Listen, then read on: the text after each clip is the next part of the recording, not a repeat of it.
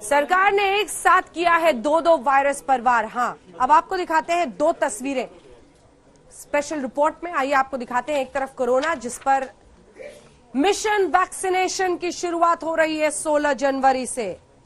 एक तरफ मोदी सरकार दो वैक्सीन से कोरोना वायरस के खात्मे का इंतजाम कर चुकी है। 16 जनवरी से देश में कोरोना का टीका लगने जा रहा है।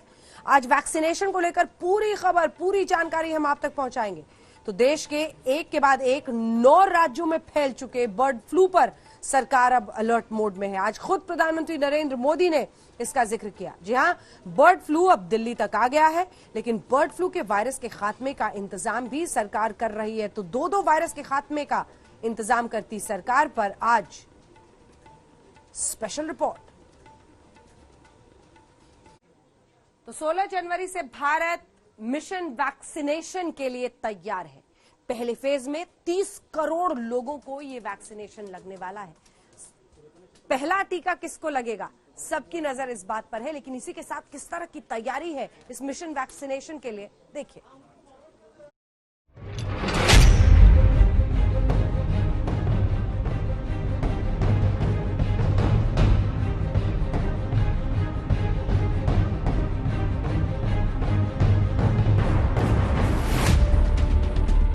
भारत में दुनिया का सबसे बड़ा वैक्सीनेशन प्रोग्राम शुरू हो रहा है। जाहिर सी बात है, चुनौतियां और चैलेंज भी है, क्योंकि सरकार ने पहले ही चरण में यानी अगस्त 2021 तक 30 करोड़ लोगों को वैक्सीन लगाने का मेगा प्लान बनाया है। इसका मतलब ये हुआ कि 4 हफ्ते के अंतर से 2 डोज हर व्यक्ति को दिए जाएंगे। तो रोजाना अगस्त तक 13 लाख लोगों का वैक्सीनेशन करना होगा। अब आगे बढ़ते हैं और ये बताते हैं कि ये चैलेंज कैसे लिया जाएगा और 30 करोड़ वैक्सीन देने का टारगेट कैसे पूरा किया जाएगा। क्यों ड्राइव बड़ी है और पीएम मोदी ने ये ठान लिया है कि वैक्सीन से कोरोना का खात्मा करना ही करना है।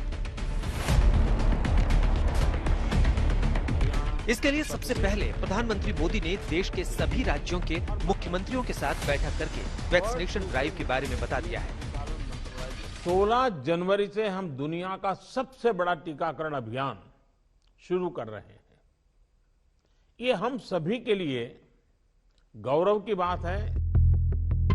भारत में 2 वैक्सीन है, एक पुणे के सीरम इंस्टीट्यूट और ऑक्सफोर्ड एस्ट्राजेनेका की कोविशील्ड वैक्सीन, दूसरी भारत बायोटेक की कोवैक्सीन। शनिवार यानी 16 जनवरी से देश में ये दोनों ही वैक्सीन लगनी शुरू हो जाएंगी।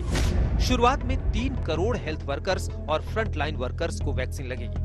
उसके बाद 50 वर्ष से ज्यादा उम्र वालों और 50 वर्ष से कम उम्र वाले हाई रिस्क में आने वाले 27 करोड़ लोगों को वैक्सीन लगाई जाएगी। 33 राज्यों और केंद्र शासित प्रदेशों के 615 जिलों में 4,895 ड्राई रन हुआ है। यहीं पर लोगों को कोरोना की वैक्सीन लगाई जाएगी। ये एक बड़ी चुनौती होगी, क्योंकि चीन को छोड़कर और किसी देश में इतने ज्यादा लोगों को एक दिन में वैक्सीनेट नहीं किया गया है। चीन का भी 2 ही दिन का डेटा उपलब्ध है, जिसमें उसने 22.5 लाख लोगों को एक दिन में वैक्सीनेट किया और 2 दिन में करीब 45 लाख लोगों को वैक्सीन लगाई। अन्य देशों की बात करें तो अमेरिका में हर दिन 5,37,000 और यूके में 4,72,000 लोगों को वैक्सीनेट किया जा रहा है। कोरोना की जंग में भारत नंबर 1 पर काबिज होने जा रहा है। अब देश के बड़े राज्यों में किस तरह से वैक्सीन पहुंचेगी और 16 जनवरी से कैसे टीकाकरण होगा, ये भी जान लीजिए। सबसे पहले बात दिल्ली की करते हैं। वैक्सीनेशन के पहले चरण में दिल्ली के 89 अस्पतालों में वैक्सीन लगेगी। 89 अस्पतालों के हेल्थ वर्कर्स को वैक्सीन दी जाएगी। इनमें 40 सरकारी और 49 प्राइवेट अस्पताल हैं। मंगलवार यानी कल तक इन अस्पतालों में वैक्सीन पहुंच जाएगी। दिल्ली के अंदर 89 साइट्स को फाइनलाइज किया गया फर्स्ट फेज के लिए। केंद्र सरकार ने 5,000 पूरे देश के अंदर साइटें फाइनल की और दिल्ली से कहा गया था कि आप 89 अपनी जगह चिन्हित कर लीजिएगा। तो दिल्ली सरकार ने 89 हॉस्पिटल्स को चिन्हित किया है। यूपी में वैक्सीन कैसे लगाई जाएगी, अब आपको ये भी बता देते हैं। यूपी में वैक्सीनेशन के लिए राज्य के 75 जिलों में 850 सेंटर बनाए गए हैं। जानकारी के मुताबिक एक सेंटर पर एक दिन में 100 लोगों को वैक्सीन लगाई जा सकती है। देश के अलग अलग राज्यों के हेल्थ वर्कर्स, फ्रंटलाइन वर्कर्स की संख्या देखें तो एक करीब 3 करोड़ होती है। ये तय किया गया है कि पहले चरण में इन 3 करोड़ लोगों को वैक्सीन देने के लिए जो खर्च होगा वो राज्य सरकारों को वहन नहीं करना है, भारत सरकार इसको वहन करेगी।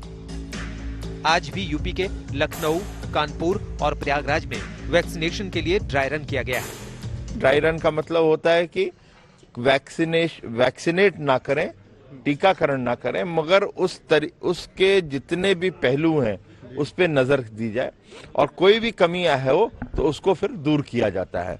और कोई ऐसी कमी नहीं सामने आई है जिस पे चिंता करनी है, तो उत्तर प्रदेश एकदम पूर्ण रूप से तैयार है वैक्सीनेशन शुरू करने के लिए। जबकि बिहार में पहले ही दिन यानी 16 जनवरी को 30,000 लोगों के वैक्सीनेशन का प्लान है। 16 तारीख से 300 केंद्रों पे टीकाकरण का काम शुरू होगा।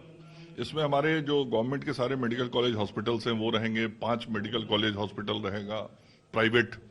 उसके अलावे जो हमारे पीएचसी हैं, 208 पीएचसी इसमें रहेंगे। इसके अलावा जो हमारे सदर अस्पताल हैं, अनुमंडल अस्पताल है चिन्हित, और इसके अलावे लगभग 34 प्राइवेट संस्थान होंगे, जिन जगहों पे ये टीकाकरण का काम 16 तारीख से शुरू होगा।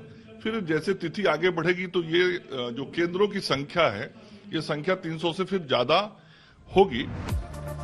महाराष्ट्र में भी वैक्सीनेशन की तैयारियां पूरी हैं। पहले चरण में महाराष्ट्र के 8 लाख फ्रंटलाइन वर्कर्स को टीका लगाया जाएगा।